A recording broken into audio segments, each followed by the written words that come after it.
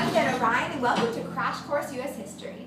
Today we'll be focusing on a very important court case, which did its fair share in shaping America as we know it today. This case served as a catalyst to the civil rights movement and provided an important first step toward racial equality in the United States. By inspiring education reform and providing a legal means of challenging segregation, Brown v. Board of Education did more than require the desegregation of public schools. Brown opened the doors of education to all students and put the civil rights movement into action. So the time period preceding Brown in the United States was not one of history's best eras if you're looking at things from the perspective of African Americans. Of course, after the conclusion of the Civil War, the 13th Amendment was passed, ending the practice of slavery, so that was the plus. The 14th Amendment provided for equal protection of the laws for all American citizens, and the 15th Amendment even gave African Americans the right to vote. So everything was great, right? Races were coexisting in perfect harmony. Ha! Good one. If only things were so simple. Fortunately, despite legislation, blacks were still subject to harsh racial cruelty, especially in the South, where the separate but equal ruling of Plessy v. Ferguson governed the land and justified extensive segregation. It wasn't until Brown before things started to take a turn for the better.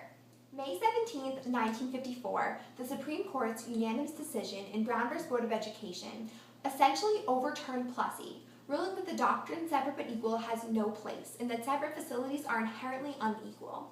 This, in and of itself, was a huge step towards racial equality in the United States and impacted the country politically, economically, and socially in the 1950s and for years to come. While Brown stated the necessity of desegregating public schools, it actually said very little about how to enforce this desegregation. So in the years to follow, many additional cases were necessary in order to determine the means by which this desegregation would take place. Included Brown 2, which called for the desegregation of education facilities with all deliberate speed, and Green v. New Kent County, which required desegregation plans that promised to work immediately.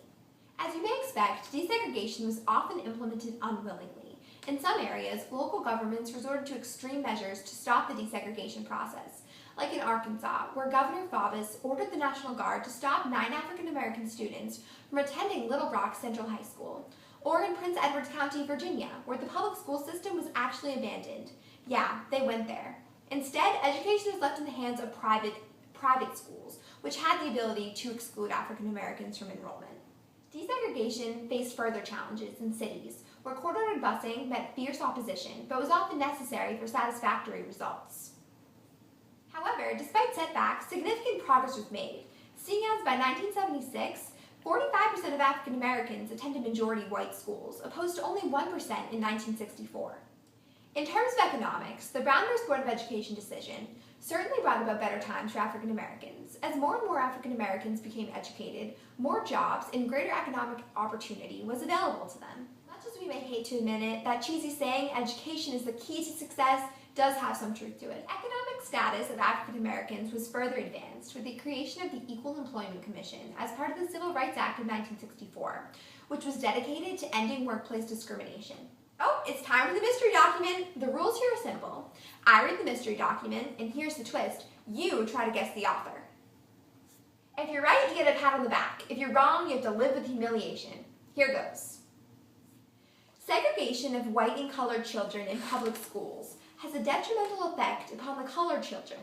The impact is greater when it has the sanction of the law, for the policy of separating the races is usually interpreted as denoting the inferiority of the Negro group.